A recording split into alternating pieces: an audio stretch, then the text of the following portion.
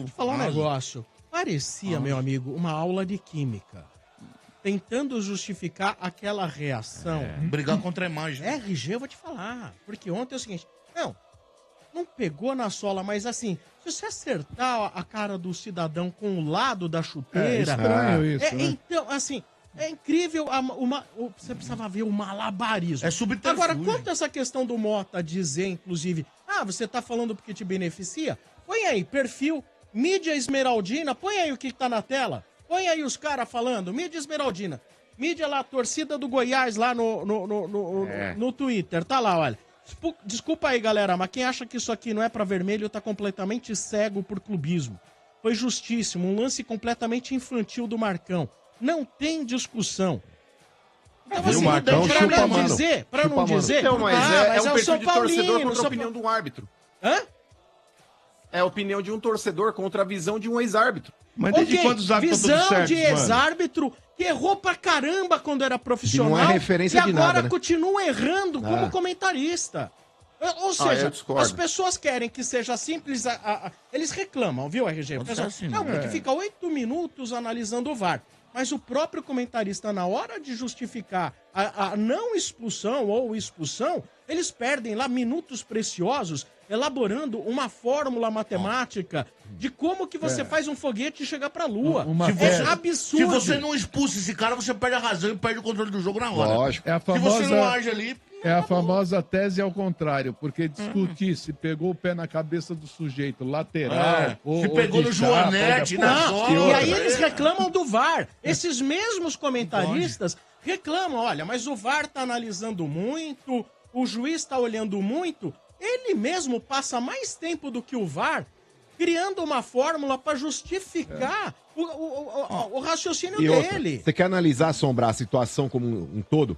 Não é se pegou a lateral, a sola da chuteira na cabeça. É onde tá a perna do cara, a altura que tá a perna. Sim. A perna do cara naquela altura é imprudência. É o risco que corre. Pra você causar uma lesão grave na cabeça de um jogador por causa daquela altura da perna do Marcão, no caso ali, é um absurdo. Então, mano, pra a mim, Marta acertou a hoje arbitragem. não quis chutar a cabeça da espanhola. Mas chutou. Mas chutou. Mas desculpa, aquele lance da Marta, ela vai de sola na cabeça do cara, não foi o caso. É verdade.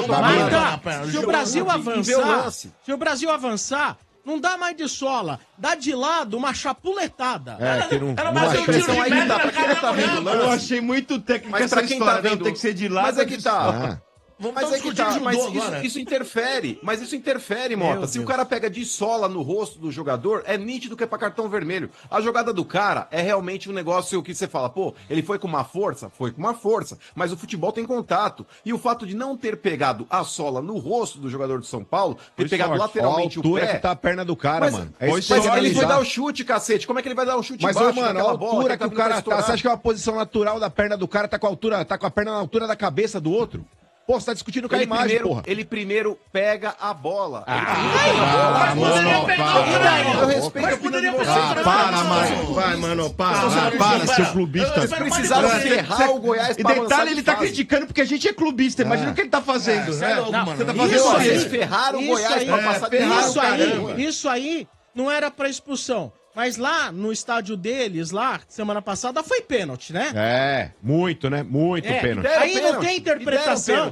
Relou a mão, É. né? O movimento. Se fosse o Salve o Corinthians lá comentando, fala assim, não, porque a velocidade do vento, noroeste, sudoeste, de acordo com a umidade do tempo... O pênalti do Atlético Mineiro contra vocês. O pênalti do Atlético Mineiro contra vocês, o cara deu um carrinho e pegou o cara, mano. Mas pera lá, vamos lá, pera aí. Esse discurso não me prende, desculpa, porque agora vocês falaram isso pra pessoa errada.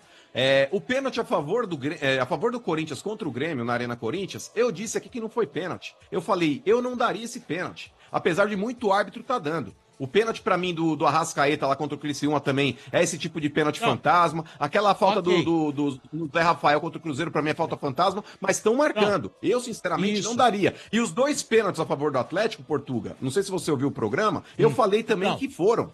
Tanto o pênalti do Garro quanto o pênalti do zagueiro. Você disse que não daria aquele pênalti, certo? Então tá. No Romero, não mas, daria. então, mas você então está errado, porque quem deu o pênalti foi um árbitro. E se ele é um árbitro ou foi um árbitro, ele tá certo. Mas ô Sombra, o que eu Aí eu tô falei foi usando o o seguinte, seu eu falei... argumento. Mas aí você é simplista Mas demais. aí que tá, eu não sei se vocês prestaram atenção no que eu falei naquele lance, mas eu vou repetir. E Eu quando falei, você citou eu o não Salvio, daria... já começou errado.